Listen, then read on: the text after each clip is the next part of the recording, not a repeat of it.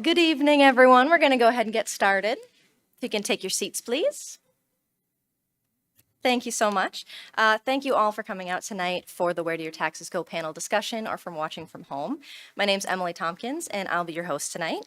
The Plymouth League of Women Voters have organized this event. We're a nonpartisan civic organization working to increase participation in our democracy.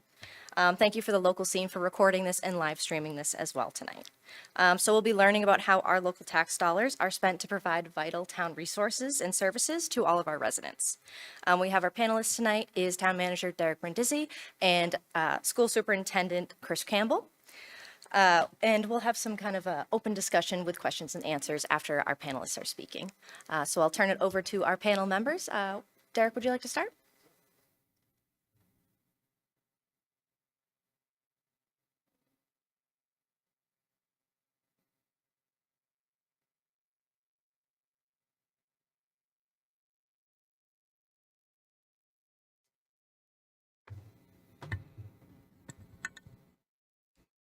All right, good evening, everybody. Derek Brindisi, Town Manager. So I'm going to start tonight's discussion with a series of slides that some of you have seen, maybe some of you at home haven't seen yet. And this is really to talk about this year's proposed budget. It's been approved by the Select Board. It's being worked through the A&F currently, and then ultimately we'll get to town meeting.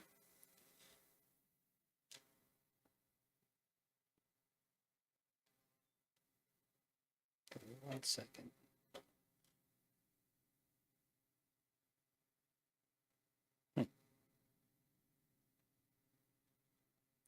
All right. So I'm going to just do a little bit of background on this, just talking about the budget, because I think it's really important for people before Dr. Campbell gets up here, and then I talk a little bit about where the tax dollars go. I think it's really important for folks to understand, how the budget is built and how it's created, and get a little bit of sense of municipal finance. So every year, Dr. Campbell and I and our finance team, Lynn Barrett, our finance director, Adam Blaisdell, the business manager, we sit with a number of school committee members and select board members, and we start the budget process usually around late August, early September time period. And the first things we really start to look at is our revenues, right? And so you can see very clearly here where our revenues come from. The vast majority of the revenues that pay our operating expenses come from property taxes. That's 73%. State aid is 11%. Local receipts are 8%.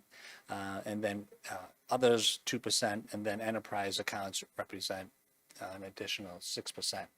So that's our revenues. I think we'll talk a little bit about what can we do as a community to be creative and increase those types of revenues, or maybe find other revenues. But generally, this is what we're talking about. So this year's was a challenge. So I've been here for over 4 years now, and this budget cycle certainly was the most challenging. So I want to spend a few minutes just talking about what we had to do as an administration to bring forward, working with the school committee and the select board to bring forward a balanced budget for discussion. So I'll start on the left. So when we look at new revenues, this is what we typically go through. So you see, and I mentioned at the last slide, property taxes represent 73%. You'll see here that when we look at Prop 2.5, so we can increase taxes for our residents by 2.5%. This year, it represents about $5.7 million in new property taxes. Every year, we usually plug in about $3 million worth of new growth. That's also part of our new revenues. And I'll talk a little bit about new growth later on this evening. And then local receipts at $2.8 million.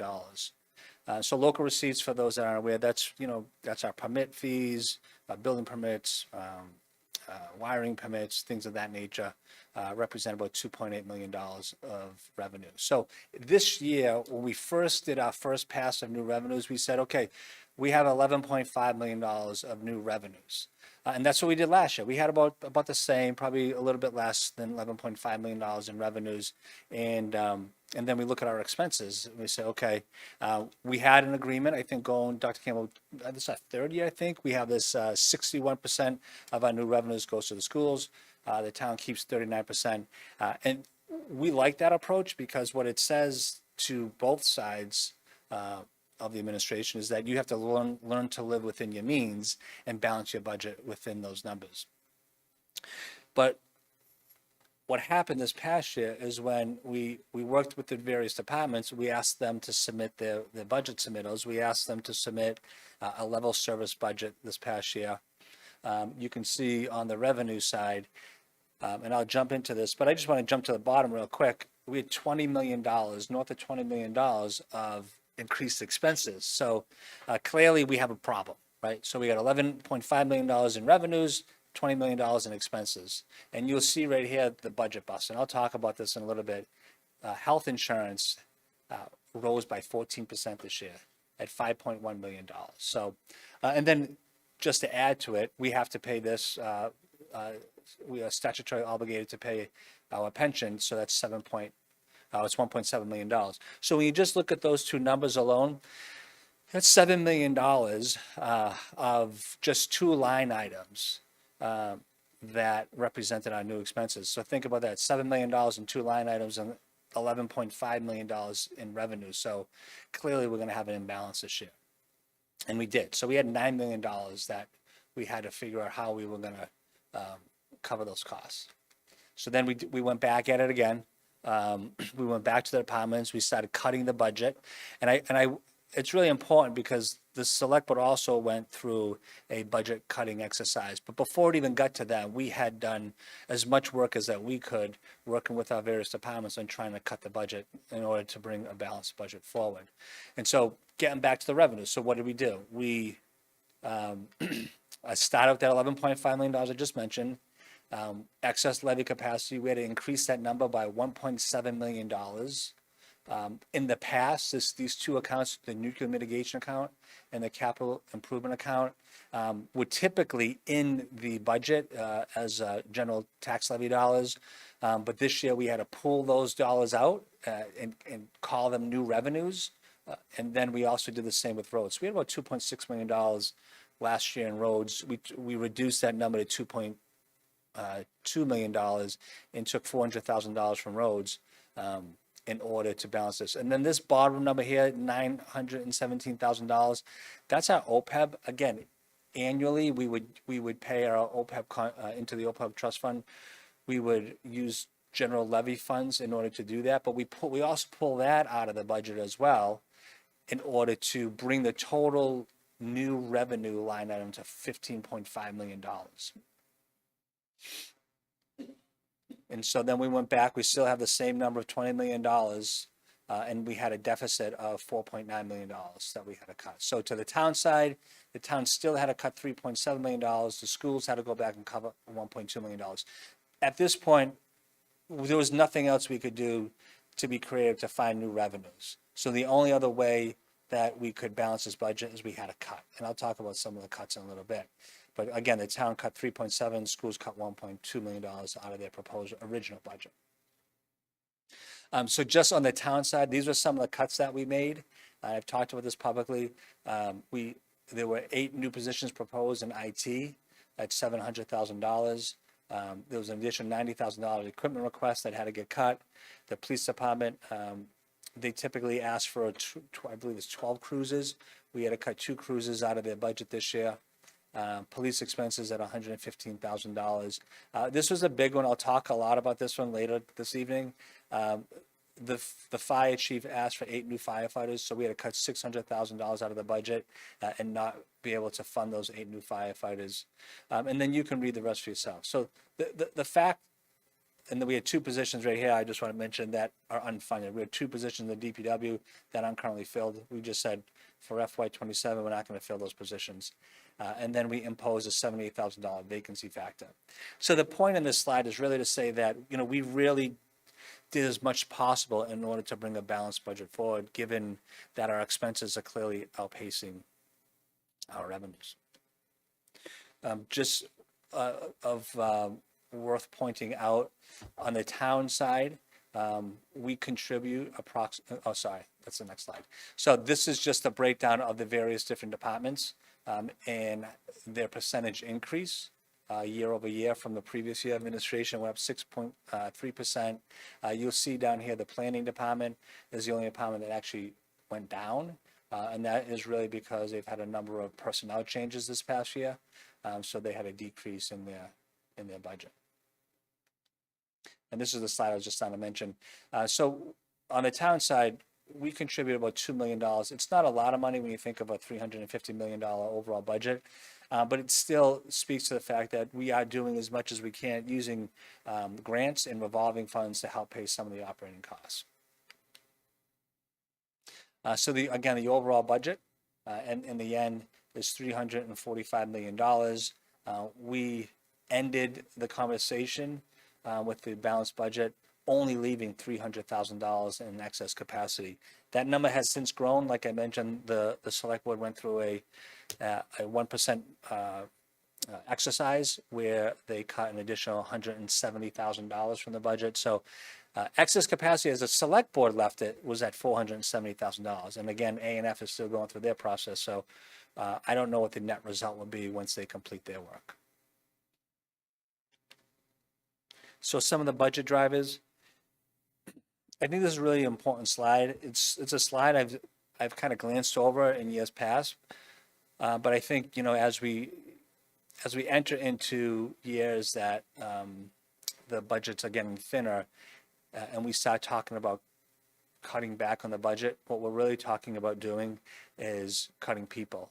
So almost 72%, 73% of our budget are our people, right? So salaries and fringe, so personnel costs. So when we think about where the places to cut, what we're really saying is that we need to cut positions, and positions equate to services. Because in the other areas, when you look at the debt service, we don't have a choice. This is like paying our mortgage, right? We have to pay our debt service each and every year. So that's a fixed cost. And other expenses, in large part, are mostly fixed costs. So under other expenses, we're talking about items like utilities to keep the buildings heated and lit, fuel costs for our trucks and our apparatus. Those are all the other expenses. Yeah, we have training light items that we'd have to cut back on, things like that. But in large part, a lot of our other expenses are really needs. They're not wants. So again, and what I appreciated about the select board's 1% budget cutting exercise is and this is what I said to the administration, what we were able to demonstrate is there's no fat on the bone. Right? There's not a lot of places that you can cut back. The school department has been cutting back for the last couple of years, and the town has been also equally as lean. So there's not a lot of places to cut in the future other than people, and people equate to services. So I just wanted to mention this because it's really important. The healthcare costs again rose, $5.1 million. That's not unique to Plymouth. The CEO of BID Plymouth was at this podium in early January talking about the expansion of BID, but a question was asked to him about their health insurance premium increases, and his response was it went up by 30%. The hospital's health insurance went up by 30%. So this pinch is really affecting a lot of folks, a lot of municipalities. And this was an article by the Boston Globe that speaks to health insurance costs, specifically in Massachusetts, and how it's negatively affecting cities and towns and school districts across the Commonwealth. So there are things that we want to do. There are places that we can make some changes. There's this drug called GLP-1 that costs the town this year $3.3 million alone.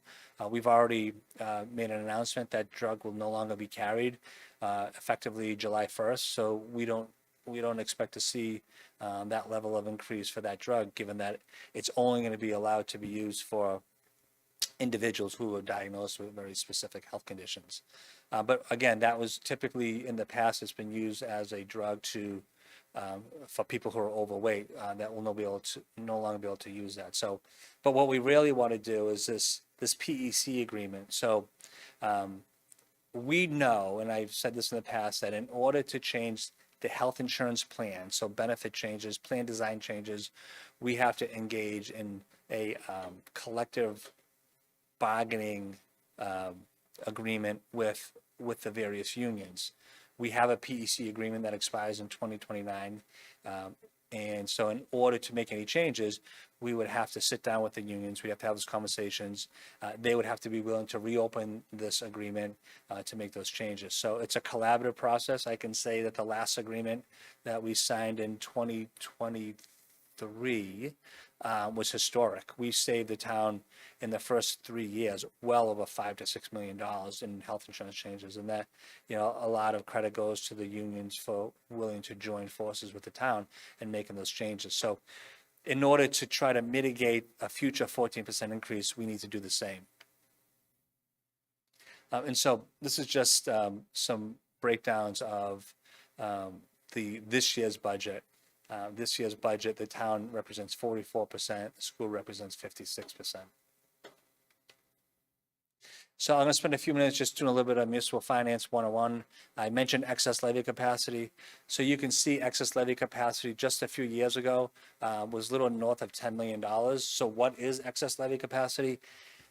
The best way I like to describe it is to me, it's like a home equity line of credit, right? So you have value in your home, right? That if you ever need it, you can tap into it. You don't have to use it if you don't want to, but if you want to fix your roof, then you may want to tap into $20,000 of excess levy capacity, of your home equity line of credit. But once you tap into that $20,000, you have to start paying the bills. And that's what excess levy capacity is. What you have $10 million of taxation that the town could take advantage of if they need to pay their bills. But once you do that, then people's taxes go up. And so you see that over the course of time that we've had to use more and more of that excess capacity in order to pay the bills. Going back to my original slide, that our expenses are outpacing our revenues. And so you'll see that we entered this year's discussion with $2 million of excess capacity. Currently, we're at about $470,000. So new growth is really important because that's our second major line item when we look at new revenues. So what is new growth? It's really new construction, new expansion, people pulling building permits, all that increased value in the town contributes to our new growth, and we can tax on that. But what you'll see new growth trends right after COVID, a lot of construction took place. We had really high new growth, north of $5 million, and all the excess new growth that wasn't budgeted would fall to excess capacity, which is why we would see really high excess capacity. And what you're starting to see is that new growth trend is starting to slide down. This is my concern, this slide here. So when you look at where the vast majority of our new growth came from over the last couple of years, it's coming from 80 Makepeace, Redbrook, and Pine Hills. Right, so almost 50% is coming from those two developments. And what do we know about those two developments? They're nearing their end. So that is another alarm that we're starting to pay attention to. That $3 million, if that drops to say $1 million, that's going to negatively affect our new revenues. And again, our expenses are outpacing our revenues. So it's something we're paying attention to very closely and trying to find other ways that we can bring in new revenue. Free cash, this year free cash certified at $23 million. I would say that free cash primarily should only be used for one-time expenses. We will be using free cash, at least proposing at town meeting to use free cash for a few items that I mentioned earlier, like nuclear stabilization, like a capital stabilization account, like our OPEB contribution to the trust fund. This year, we're going to use free cash, propose to use free cash. In the past, we would use that under the general taxation. So $23 million sounds like it's a lot of money, but really it's only for one-time use, and it's not something that you can count on year in and year out. So this is my last slide before I turn over to Dr. Campbell, but I just wanted to bring this up because we had to make a lot of very difficult decisions this year's budget, especially when the departments are starting to tell us like they're at max capacity and they can no longer keep up with the pace and the growth of this community. And the fire chief shared this slide with me during our budget discussions that back in 2015, they had about 7,000 calls for service. It's a tough number to see, but that's about 7,000 calls for service. And then you can see now in 2025, if I had his most recent data, it would be north of 14,000 calls for service the fire department is seeing. And unfortunately, I think we've only added 8 firefighters in the course of that period of time, although our calls for service have doubled. And so a lesson learned in this is that, as the town takes on these large developments, we need to be investing in our departments like public safety, for example, because a lack of investment in this department has created this problem. We're at a crossroads where, our calls for service are growing and our response time is probably getting less and less, only because we don't have the manpower in order to do this. So in future, I would recommend that as we approve these types of large developments, we need to look at specifically public safety, and I would say public works departments, in order to keep pace with the demands that these developments burden us with. And I would say Oasis is one, Cottage is another one, The Walk is another one. If you ask the fire chief, the vast majority of their calls are going to those developments. And so that's something for us to pay attention to. So I'm going to stop here and I'm going to turn it over to Dr. Campbell to talk a little bit about the school department. It should, yeah, it's.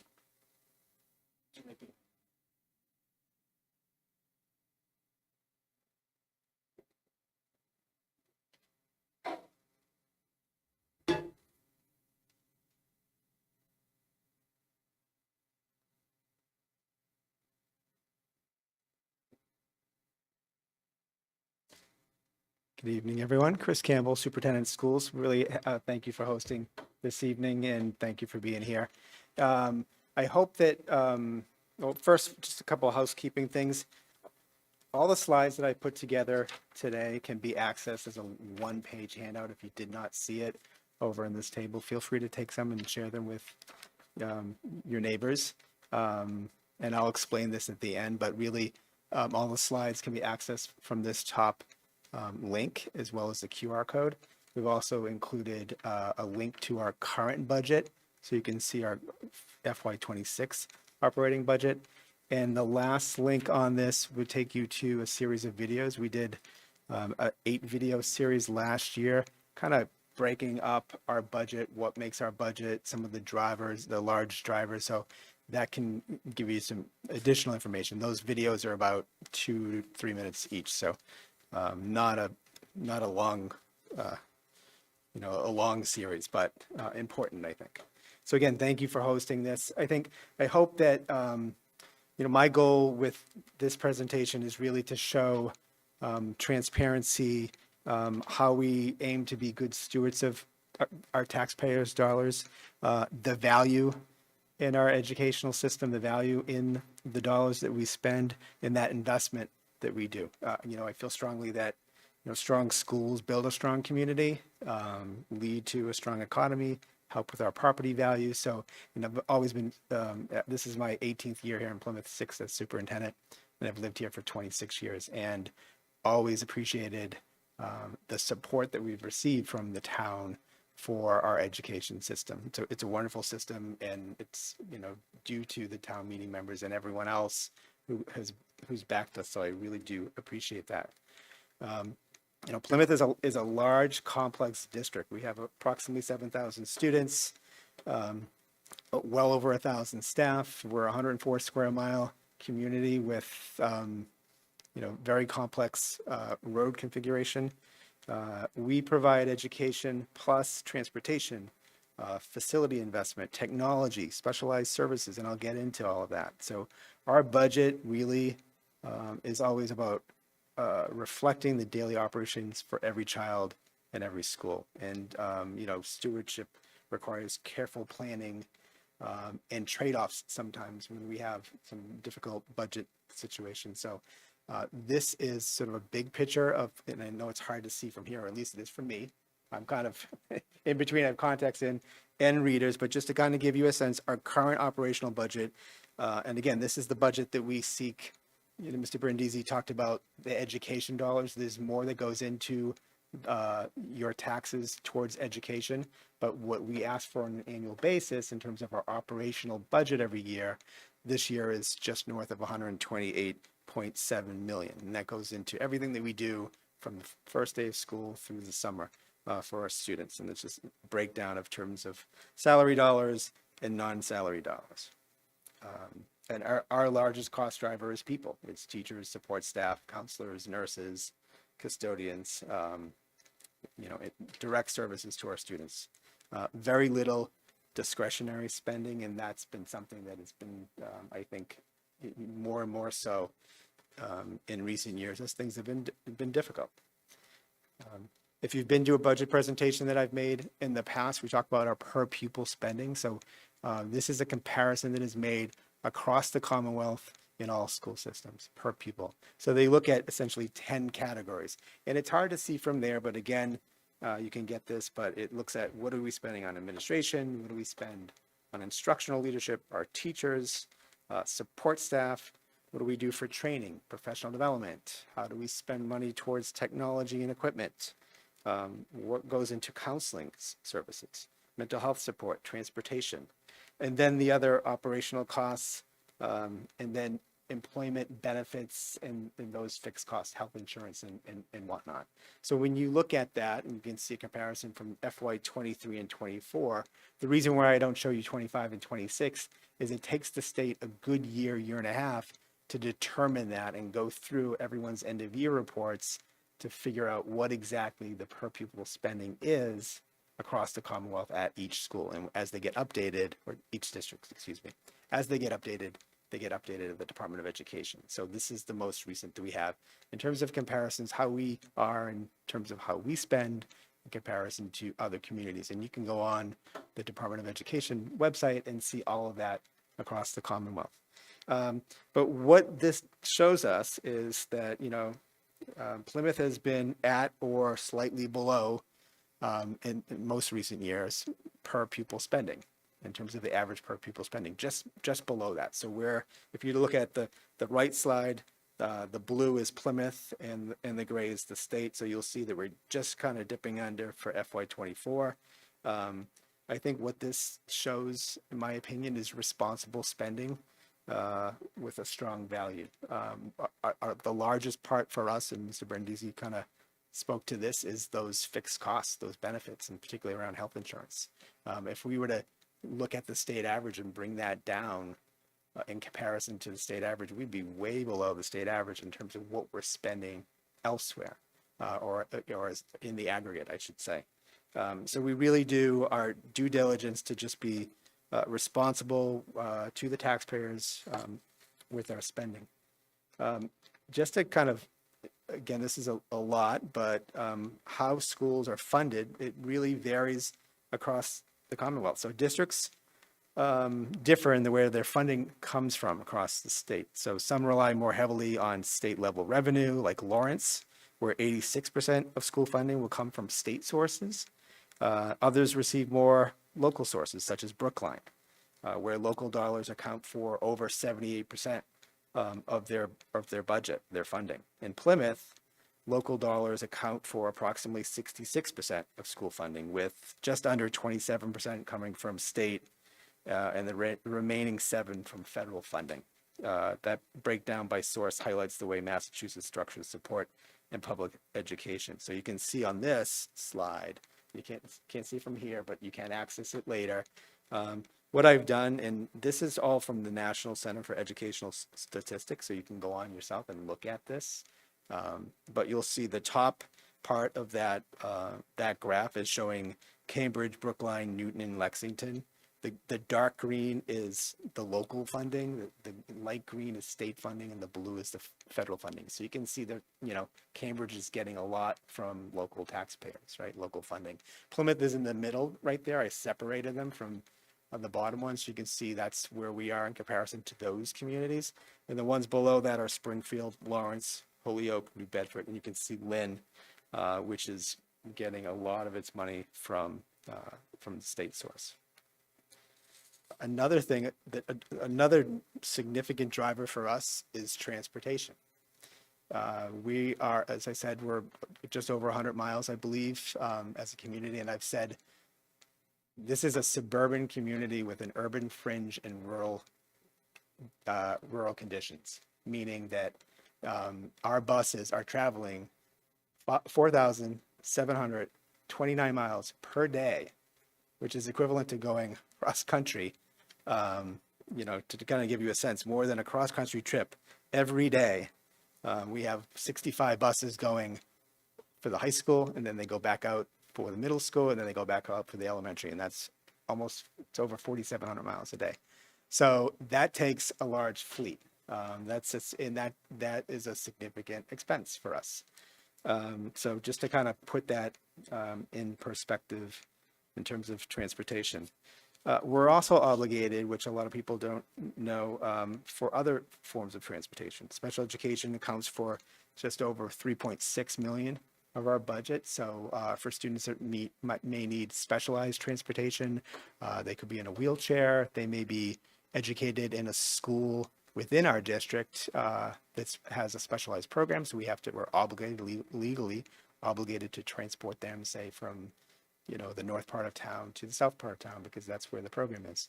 We're also obligated we have approximately just under 100 students that receive special ed services outside of the Plymouth Public Schools. So these are students with very complex neurological medical needs that we just can't educate. We don't have the collective resources to meet their needs. So they get educated in other programs. They're quite expensive, but we're also transporting those students on an annual basis. So that adds up. We're also, responsible for vocational transportation, charter schools. So any charter school, any Plymouth student that's in charter school, we're transporting those students as well, and that's coming out of our operational budget. McKinney-Vento, that's homeless. Those are the homeless students. So we're also responsible for transporting students that are homeless, as well as students in foster placement. So when you look at our total budget for transportation, we're just shy of $11 million. FY26 is $10.9 million. So it really, again, it's driven by student needs, our legal requirements, and the geography.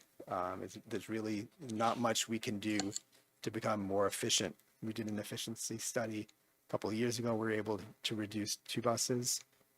We continue to look at analyzing whether or not it's in our best interest to oversee transportation, if it would be both cost benefit to us as well as without jeopardizing the quality of services, which is critically important too. So these are things that we continue to look at. Facilities.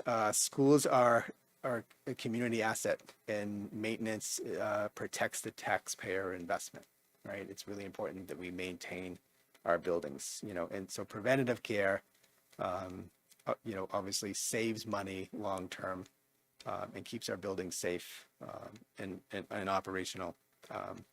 We have 1.4 million square feet of buildings that we maintain on a daily basis. Imagine that. So both of our high schools are 250,000 square feet each.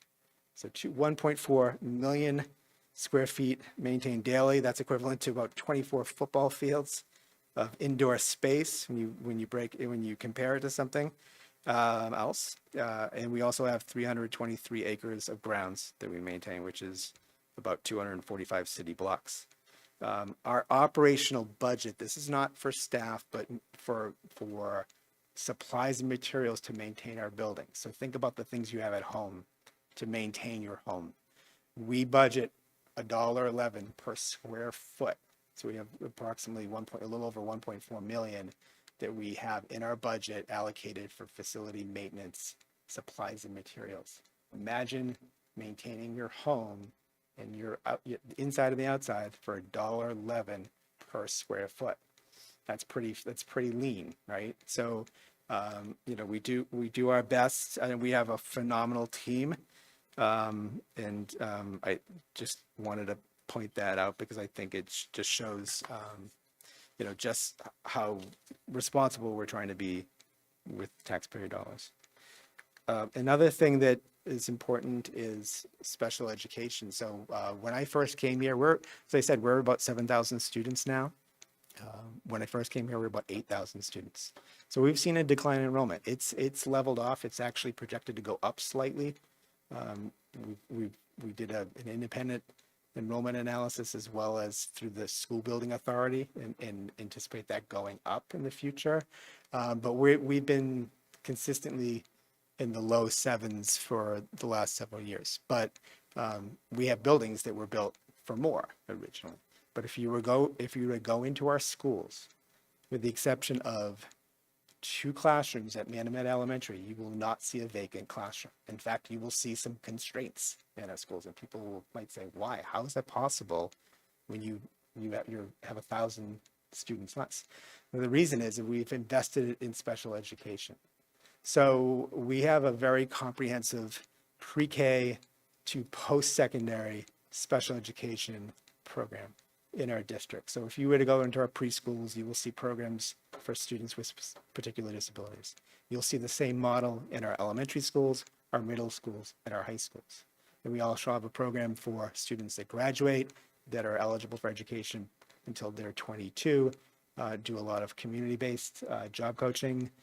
That's out of Plymouth North High School. So that's an investment. All of that, Project Growth was here, but 12 years ago, a lot of those programs weren't here in Plymouth. So what would we do? We would send our students elsewhere to be educated. That's not in the best interest of them as a member of this community or their families. And it's also very expensive, right? So strategically, we look at how can we invest in special education because we have the availability of space and keep kids in our district as much when appropriate, right? So by doing that, we've invested millions in dollars, but we've actually, conservatively speaking, with the 280 students that we educate in our programs, are reducing our potential cost by upwards of $10 million, because some of these programs on average is $120,000 per student to educate them in a private placement, not to mention the transportation costs that go with that. So by trying to invest locally and build comprehensive programs in-house, we can educate our kids in their communities, but also try to reduce those costs. And we have a great team. And I said this before when I showed sort of the overarching of our budget. It's primarily staff. If I were to show you our FY27 proposed budget, our budget for next year is proposed to go up 3.4% over our current year. Our non-staff dollars are going up 0.8%.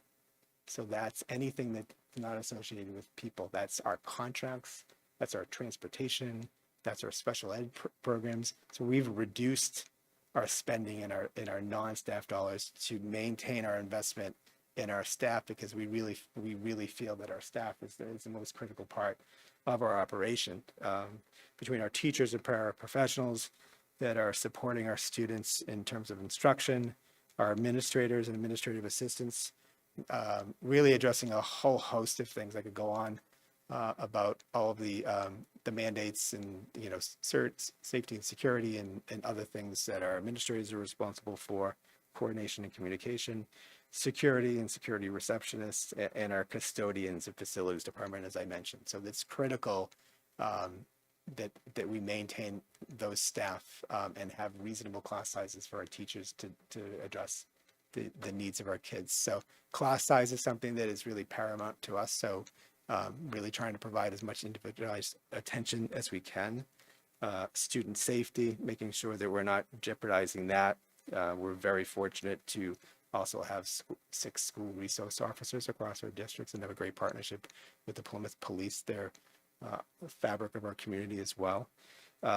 Supporting our English language learners and targeted intervention. So it's really, staff is critically important to us. This is just a breakdown, if you want to look at it later, of like where our staff are. So we have about 364 English language learners. We have about 1,600 students who are receiving special education services, and just over just over 7,000 students. And this was as of January 22nd when I put this slide together. And if you were to look at all of our licensed teachers, these are our teachers or specialists that are working in our classrooms with our kids. We have 590.5, well over that. That's an FTE. So we have lots of staff that maybe half-time. That does not include paraprofessionals and other positions, but just the teachers that are working with the students. So, and down below it kind of gives you a breakdown of the paraprofessionals, custodians, and whatnot, just to get more information for you. Another part that I think is that we invest in, and again, this is in our operational budget, is our technology to support modern learning. So this gives you a breakdown of the technology support that we have in terms of the amount of desktops, laptops, Chromebooks, our servers, both physical and virtual servers now, really replacing the physical servers, and just sort of a list of the hardware that we have.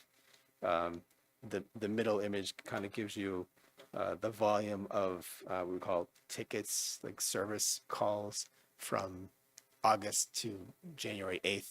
This is so over 1,700, almost 1,750 service calls. And in terms of the staff involved in those calls, we have one systems engineer, an assistant tech systems engineer, 4 technicians, a computer tech, and an administrative assistant. So when you look at, you have 5, 6, 7 professional staff working to support all of that technology. And yeah, our network is never down, and they're keeping us safe from external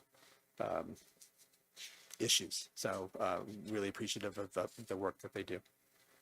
Another investment I feel so proud of in this community is our college and career readiness. And it's particularly around advanced placement programs and our CCTE programs, or our college career technical education programs. So our advanced placement courses, we have students that are taking college courses in high school, and if they receive a certain grade on those, those are college credit. When they go off to college, we have many students that will forego an entire semester of classes because of how well they did in those classes. When I first came here in 2008, we had about 65 students at one of our high schools that were taking AP classes. We have upwards of 450 in that same school.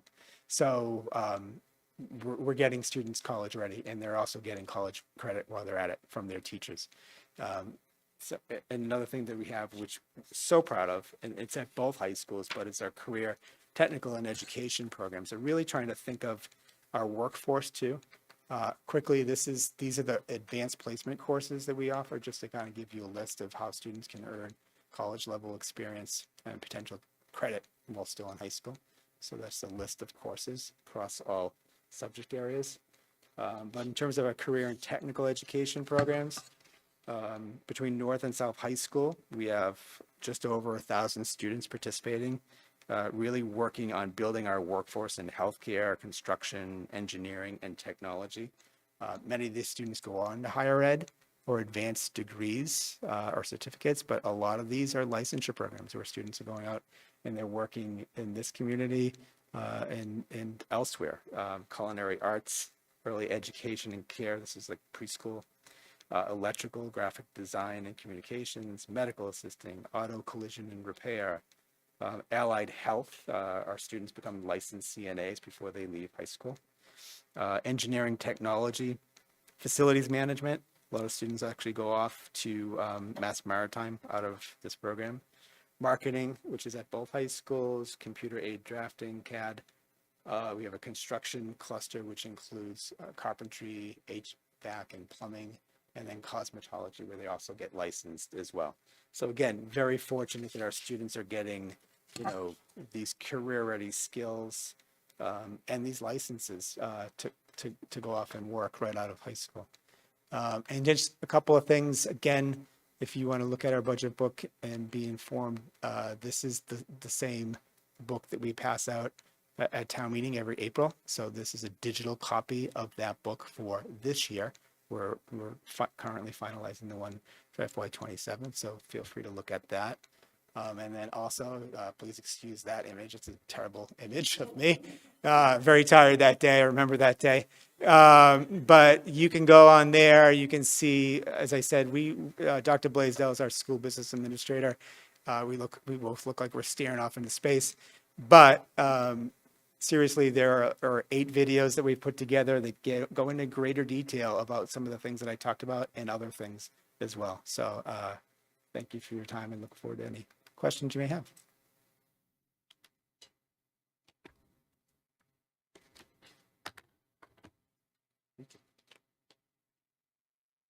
Thank you very much. Derek, did you want to give any other presentation on maybe that graphic? Yeah, so can we pull it up? Can we Yeah, that'd pull be it up great. on the website? Yeah, give me a minute so I can pull that up.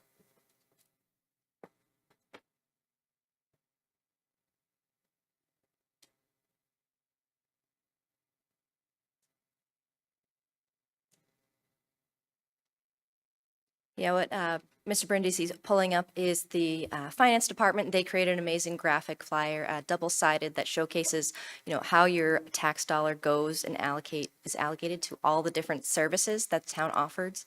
So whether it's Center for Active Living, the libraries, fire, police, the sewer, so many different areas, services that we may not see every day, but impact us in our daily lives. So I really love that graphic because it kind of gives you a visual of all the different things that make up how we spend our budget.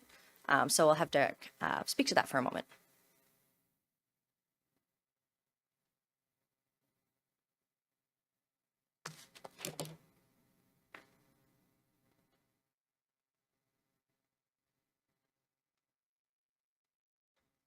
So there's a lot of data in here, so I'm not going to read it all to you folks. I think I see a hand I never moved.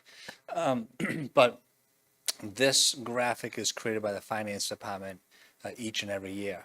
And it really speaks to how your tax dollars and where they're being spent and the services that are being provided by the various departments. And so I, again, won't cover all this because there's so much data in this, but you can go to the town's website under the finance department. Once you click on the finance department, you'll see this link. It's called Tax Dollars at Work.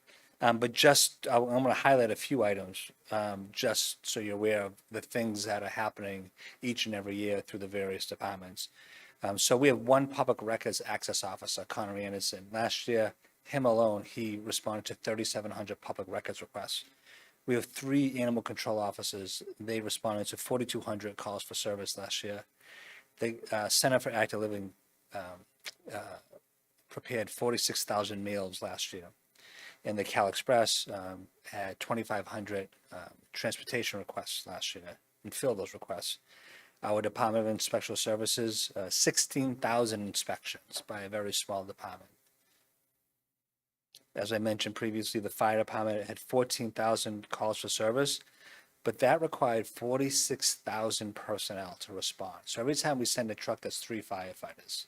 So if we're going to send 3 trucks, we have 9 firefighters. So 46,000 personnel responded in those 14,000 calls. The police department responded to 38,000 calls last year. And so, as you all know, I've talked a lot about the need to bolster our police force. We typically run around anywhere from 12 to 15 vacancies annually. And so the fact that our PD was able to respond to 38,000 calls on a short staff is amazing. And our co-response program, which has been implemented for a few number of years now, where we have social workers that ride along with police officers, they responded to 500 calls, just that very small team alone. Our harbor master, again, 1 harbor master, 3 assistant harbor masters responded to 4,500 calls. And remember, they're seasonal, so they were able to squeeze in 4,500 calls during the summer months, so that's amazing. Last year, the DPW responded to 1,700 concerns that were lodged through the See-Click Fix portal. The DPW manages 22 cemeteries. In that, 137 burials and 850 cremations were taking place. They manage 5 beaches, and our Department of Energy and Environment manage over 5,800 acres of open space. So those are just some of the highlights that I pulled from this document, but I would encourage folks, if they're really interested on how their tax dollars are being spent. That's a really good document. It's updated annually. Thank you. Thank you very much. Yeah, it's fascinating. We may not all use every single service that the town provides, but us as a community, we're working together to make sure every person, every resident's needs are addressed. So thank you very much to our presenters. We're going to go into a question and answer segment. I did get some questions ahead of time, so I'll go ahead and ask these questions, and you feel free to answer whichever one applies to. So the first question we have is, so there's a lot of discussion about how we can make cuts to the budget, and I imagine we're not the only municipality who's having issues on the expense side. But can you speak to what can we do in the short and the longer term to improve our revenue streams? And also, how has federal and state budgets impacted our funding locally? Yeah, so I'm sure we both have responses, especially to the federal question. Well, I would say that it's a trickle-down effect, what's happening to us locally. So the federal government, I've talked to us folks from our state delegation, because the federal government has reduced the amount of resources and funding that they're sending to the Commonwealth, those services still have to be provided at the state level. And so oftentimes what we're seeing is that they're reducing other grant programs that we would normally take advantage of. So for example, the Mass Works program is a program that we would typically take advantage of. We thought we were primed to get a grant last year for $2 million, and because that grant was cut in half, because of what happened at the federal level, we weren't able to receive those dollars. So we're starting to see that trickle-down effect here locally. I do have to say, I am encouraged by the governor's budget. So the governor released her budget the third week of January. We had a net new increase of $800,000, and that's amazing. Typically, the governor's budget is the government that will see the least amount of state aid, and then once it gets to the House and the Senate, we'll see those numbers bolster. Last year, what we saw was that we had a net new increase of state aid by $2.5 million. So fingers crossed, well, hopefully we'll see something along the same lines as last year. But reading the tea leaves, I also know that state revenues are down as well. So we're going to have to hang back a little bit and see what happens this summer with the state budget. Yeah, not to reiterate everything that Derek said, but we experienced the same thing on the school side in terms of federal funding. That's been a concern of ours for a couple of years. This summer, we were very concerned too. There was some concerns about some of the U.S. federal dollars not coming our way. We receive about $3.7 million in federal entitlement grants, and these go to support our most needy populations of students, migrant families, students, English learners, special education, whatnot. We did receive those funds, but we're always planning for the worst and hoping for the best. We've been very strategic with what we prioritize those funds for, really trying to avoid using those particular grants for personnel, because at very best, they've been very flat for many, many years. So as contracts go up and demands go up, that's really a reduction. So really be mindful of that. We've also been very aggressive with competitive grants. We're currently probably operating just shy of $11 million in grants, both for this fiscal year and the last, but some of them will carry over from prior years. So again, trying to use dollars elsewhere as much as we can, get very competitive, and just work as a team to try to do the best we can to again, plan for those uncertainties as much as we can. Well, speaking of planning, when the town's comprehensive plan is finalized, how will this be used in decision-making for the next 10 years in town? There's a lot of complaints that the last master plan sat on a shelf, so how are we going to, implement the great ideas that are coming out of this new iteration? I think it's going to start with the Master Planning Implementation Committee, right? So that's a good logical first step, which we didn't have the last time. So this committee, in my mind, is really going to hold the administration their feet to the fire to make sure that a lot of those are implemented. And we just had a a meeting with the planning board, the select board, and the Economic Development Foundation to talk about taking pieces from that master plan. So you're already starting to hear conversations about what's in the master plan that we can start to implement right away. And I think what I heard most often was that we really have to look at our zoning and doing a zoning analysis, because there probably are opportunity parcels out there that aren't zoned correctly that may be prime for future economic development. Excellent. And again, still on that same vein, balancing development and sustainability and our open space. So there's been talk of, the role of the Plymouth Economic Foundation in town decision-making, and, its goal is to develop economically our town. So can you speak to, how that kind of works, that relationship, and, some of the things that the Plymouth Economic Foundation has done to benefit the town? Yeah, so I serve as one of the board members on the Economic Development Foundation. And so for those folks that aren't aware, they're a 501c3, they're a nonprofit organization. They were created over 20 years ago to help the town, assist the town in creating those economic development opportunities. And 3 seats were created back then. And I believe that those 3 seats, both the chairman, the town manager, planning director, were created to sit on the foundation so that the town had a voice in the trajectory of economic development and the path that it was going to take. So the foundation, at least I can say on my short time on the foundation, I've really encouraged them to be more public on the things that they're doing. And so one way to do that is to put their goals on the website. And so they started to do that this past year. This year, we've been working with them. They are going to fund a study for Memorial Hall. We all can agree that Memorial Hall is a centerpiece to the vibrancy of downtown. If you talk to restaurants and retail shops, they will tell you that when there's a show happening at Memorial Hall, their revenues go up by 50%. So we want to work with the foundation to help identify the future of Memorial Hall. So that's one thing they're working on. They're working on smaller projects like a facade improvement program that's coming up this year. They've worked on the Blue Future Conference the last 3 or 4 years, which is extremely successful. They started the the Children's Fair, which has been taken over by the school department because that's been extremely successful. So they've done a lot of positive projects here in this community. I know they get a black eye for what happened at 71 Hedges, but I can tell you, and it's been said, that they carried out the wishes of town meeting. And so for that, I think that they deserve credit for carrying out the wishes of town meeting. Thank you. So back to relating to both of your positions, the split between the revenues for the town and school, is that like on par with other municipalities, or how do we compare? It's a good question. I would say it's probably comparable. I'd have to. Yeah, I would say in my experience, I've worked in multiple municipalities.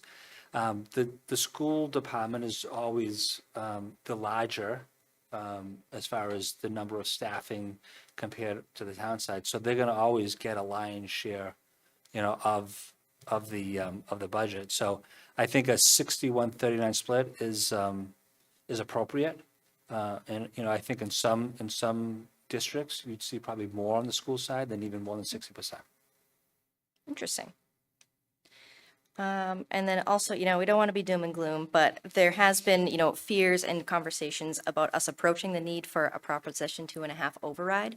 And so can you again just kind of briefly explain in layman's terms what that means, what would lead us to having to make that decision, and just start there. Sure. So I'd start by saying this town has never seen a Prop 2.5 override, and that's because of the nuclear power plant. So when the power plant was created, the vast majority of the revenues that I mentioned came from the power plant. And so to a certain degree, I would argue that the tax rate, the taxes was artificially low because of a major subsidy by the nuclear power plant, which is why I think that spurred growth. A lot of folks saw that we had low taxes here in Plymouth because of the power plant, and a lot of folks moved here. They raised a family here because of that. And so here we are now that the power plant is closed. Like I mentioned earlier, the vast majority of our revenue comes from our residential taxpayers. At some point, you get to a tipping point where the excess capacity that I mentioned earlier is at zero. And our revenues cannot keep pace with our expenses, and so then we have to make very, very difficult decisions. We have two choices when our revenues outpace our expenses and we have no more excess capacity.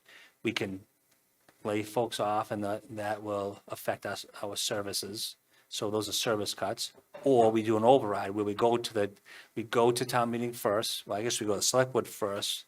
They would then approve an article at town meeting for an override. Town meeting, in theory, would approve the article for an override, and then we'd have to go to the ballot.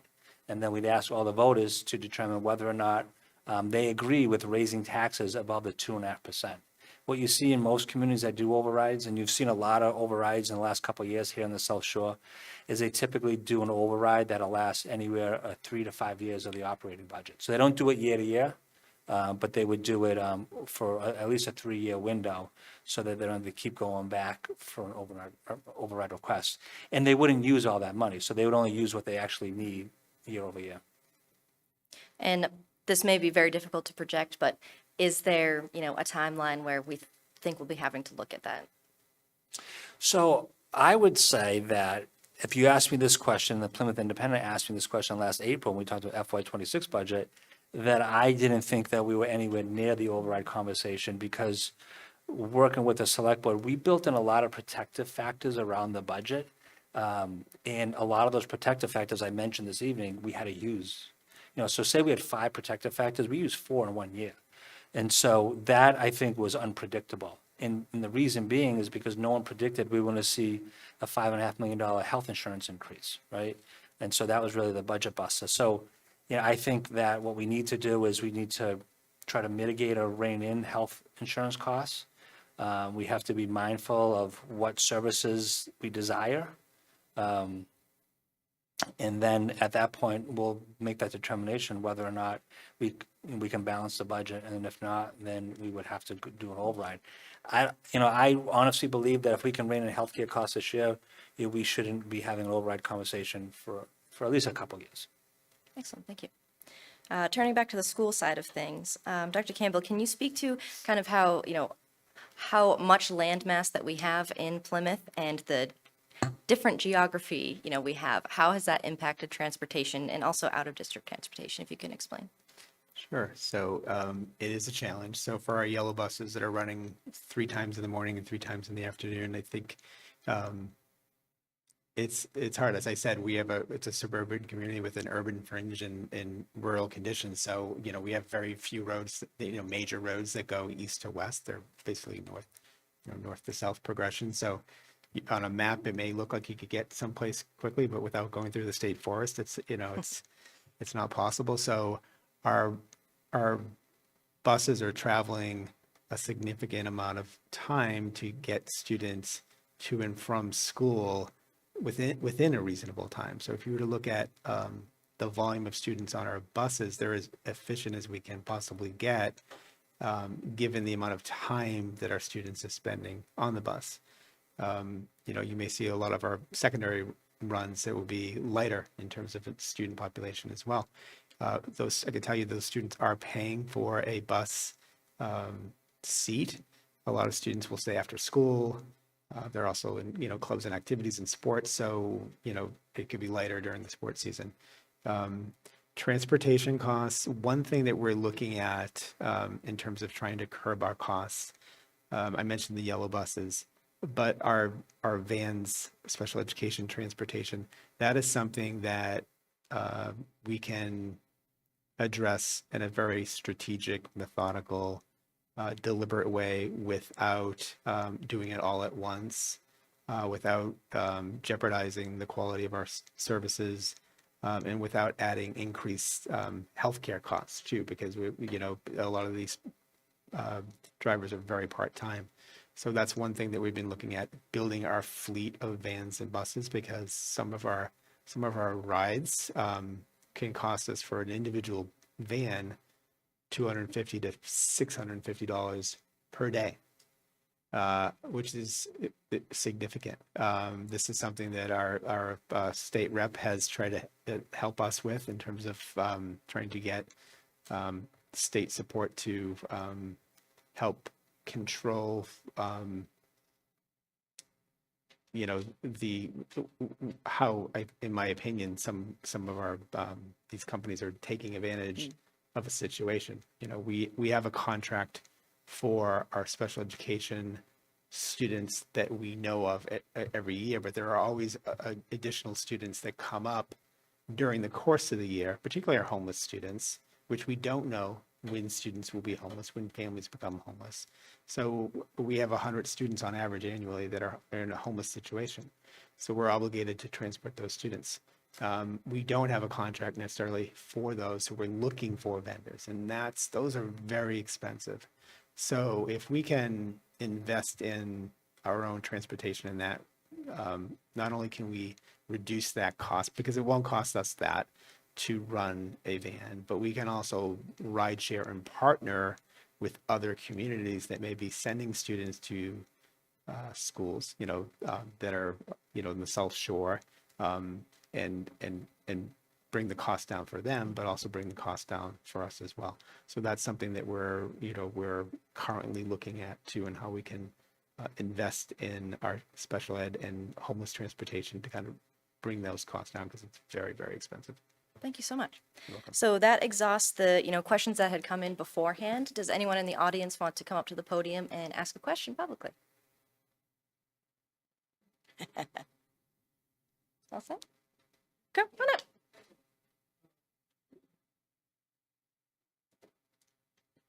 Hi, thank you. That was terrific presentation from both of you. Thank you very much. I wanted to ask Derek if there is a breakdown of residential taxes versus taxes, business property taxes. I just wondered if you could give us those percentages. Yeah, off the top of my head, I believe it's about 86% residential, about 14% commercial and personal property. Okay, so we're hoping that we can attract more businesses to our town. And maybe you could speak a little bit more to that for us. Yeah, so I mean, I think that's the hard part. In my short time here, we've really tried to market the town for various industries.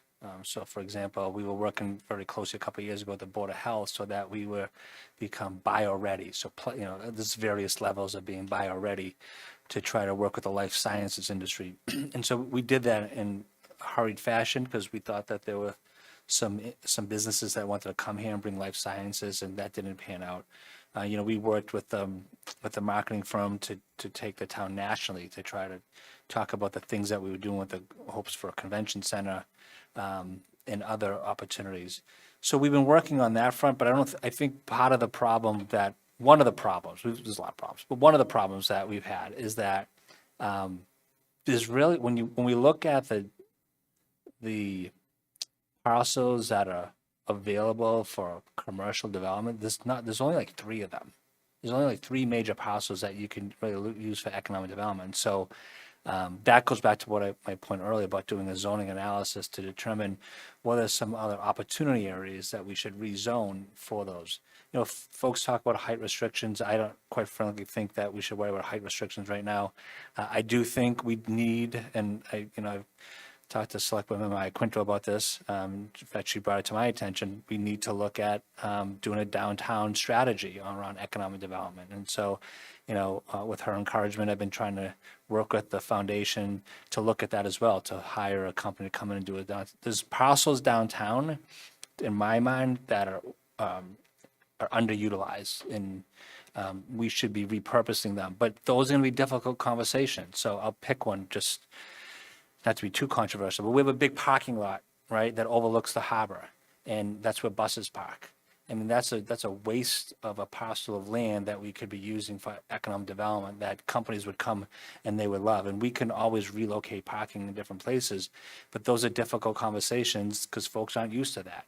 How come we're getting rid of our parking lot? And, we could be putting a hotel there, for example, or mixed-use development there, for example. Those are things that I think we need to look at. But anything we do requires town meeting action, right? So we all can agree on that. So, trying to mobilize town meeting members to understand the vision where we're trying to bring this community, I think is another challenge we're going to have to undertake as well. Is there anything in the pipeline right now? Well, there's a number of things that are in the pipeline. What happens to them, who knows? But right now, I can tell you Boston South is going to come back, right? So we'll be hearing from Boston South in the next 6 months over at the Woodlot on Long Pond Road.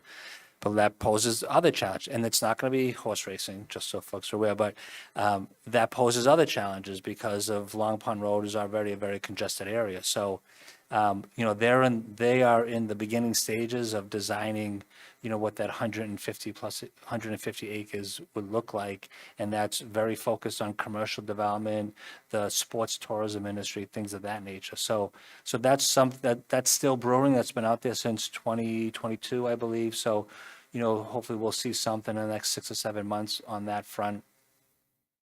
There's a couple other parcels that I think have already been cleared for development, like the one off of Route 3. Still waiting to see what type of tenants land there. Still waiting to see what tenants land over at 71 Hedges. So, those are some of the projects that are in the queue. But again, these are private developers. We can only do so much to support them and try to, lead them down the right path. Thank you. Do we have anyone else with a question? Yes, Ms. Davis.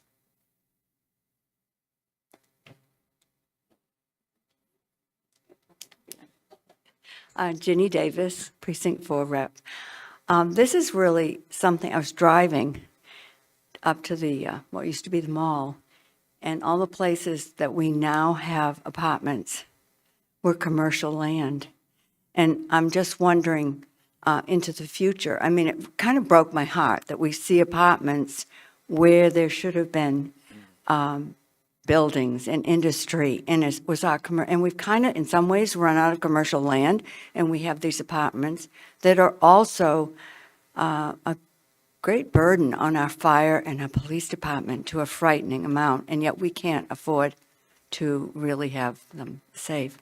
So I'm like, how going forward in the future, how can we prevent this, that 40Bs have so much power that they were able, when we couldn't decide how we wanted to use our industrial land, 40Bs took over. And I know you don't have the answer, but how can we think about, how can we change this going forward?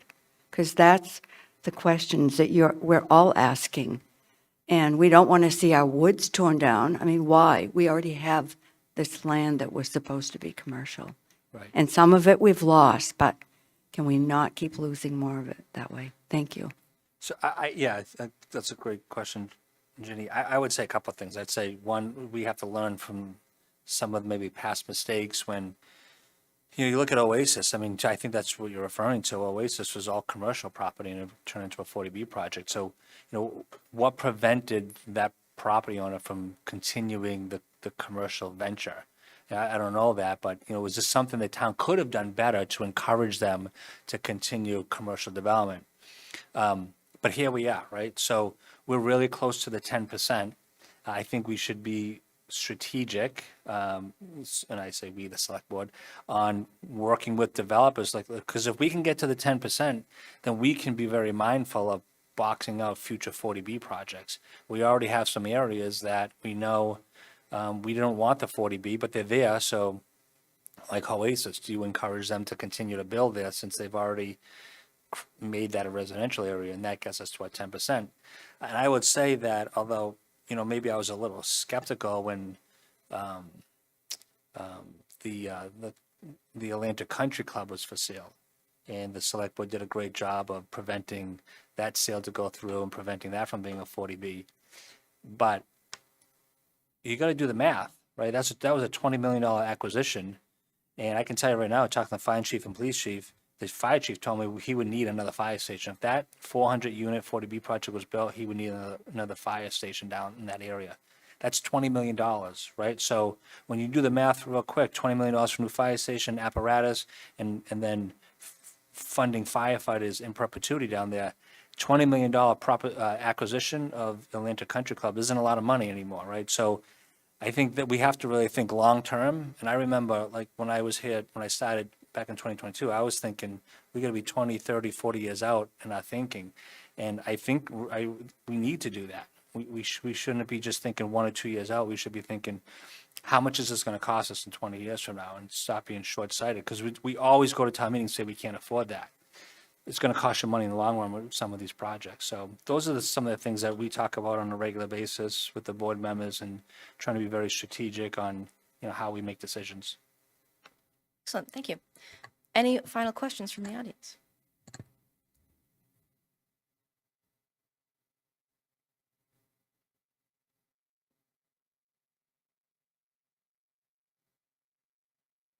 Pat McCarthy, Precinct 18, former almost 30-year town meeting member. One of the things that Derek mentioned briefly, in the rezoning issues, and when it comes before town meeting, there was one vote, and I know you said height restrictions wasn't really that important, but there was an article, some of you here probably might remember this, going before town meeting to raise the height restrictions in the industrial park to attract more usages of like insurance type buildings, et cetera, or that type of a building where you wouldn't be spreading over the asphalt and et cetera. When it was vetoed at town meeting by one vote, and one of the deciding, if I looked at the decider, one of the deciders I was counting on for a yes was a prominent business person and family historically in Plymouth. And if he had voted, I'm just saying, I can remember that vote. So therefore, some entity that would have been looking at that industrial park would choose to go other. So I think in Plymouth, having served at town meeting forever, you have to look at the whole picture. So when it gets time for votes in that legislative body, people have to look at everything that it affects. And I thought personally that was a very disappointing no vote. And we lost businesses because of that. That could have been appropriate to me in an appropriate setting off of Route 44. We lost Cisco's at one point to Plimpton. And we lost many years ago Ocean Spray to Lakeville for different reasons that I don't want to, the sense of the town growing, and we moved here when the nuclear plant was opening, so we're one of those people because of the low taxes, but you have to have services for the people who come, and those of us who decided to move here have to pay for services, and still pay for services because it goes to the next generation. Somebody paid for services, for my kids to go to school here, so it's up to me to pay for the next down the road. So you can't have it both ways. So you pay for what you get. And I grew up in a town in New York that we had leaf collection when I was growing up. I didn't know you didn't have leaf collection. And I never went to public school. So best school system in the country at the time. But I went to all Catholic schools, whatever. That's just the way it was. So it's always amazing to me that people want services, but they don't want to pay for them. So you got to pay for them. And historically, and I don't know if Ginny remembers, I thought back in the early 80s we did one, and I can't find the history on it, though that's the problem. We had a vote for a override for Save Our Services. It was for raises for school, police, and fire department raises. But I haven't been able to find that historically. So every time I thought we had one override in Plymouth.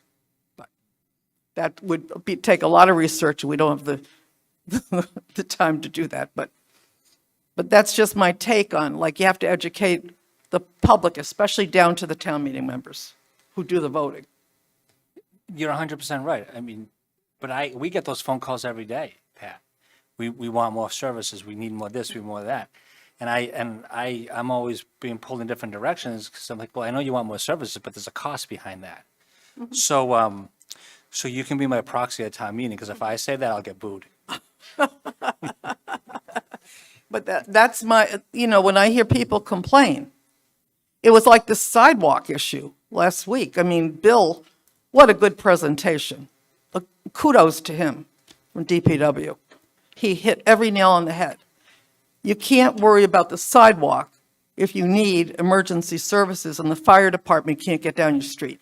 So I'm sorry, but the businesses downtown or the people who own a house and they have a sidewalk in the bylaws, you shovel your sidewalk. So, but that's when you need the services, That's right. you need the services. You need the fire truck that has water in it, because I have a well. So when it comes to paying for services, I'm preaching to the choir here, but I'm just saying that I don't know how you help people understand that better. I mean, the league tries to have educational programs, et cetera, and people watch, but you have to really, it's a one-on-one, at town meeting, it's a one-on-one. Thank you. Right. Thank you. Yes, we certainly are up against some challenges. So being mindful of our time, I just wanted to see if our presenters had any last comments or educational tidbits they'd like to share with us before we close out. I guess the only thing I guess I'll end with is that, I know the board's going to be having a workshop in the next couple of weeks to look at the budget process. I think a number of folks learned a lot with this budget process. They thought this budget was a moving target. It was to a certain degree because of the health insurance mostly. So, we'll be looking at the budget process and seeing how we can make some modifications. But I guess since I have them, like, one thing we have talked about is, for all you town meeting members, is that, we think that it may be time to push town meeting, till May, because we'll have more information.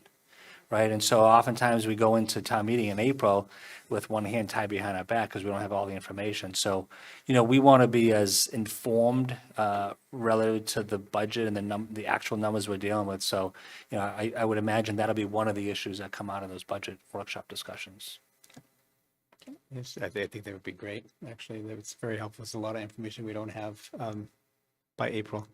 And just lastly, I would just say that, we continue to try to be responsive to the needs of our students, but responsible to the taxpayers. So, and we're also, and I know I speak for the school committee, when we're always open to looking at how we can do things. And we've always, in my years, we've always been committed to doing everything we can to kind of reduce our costs where we can.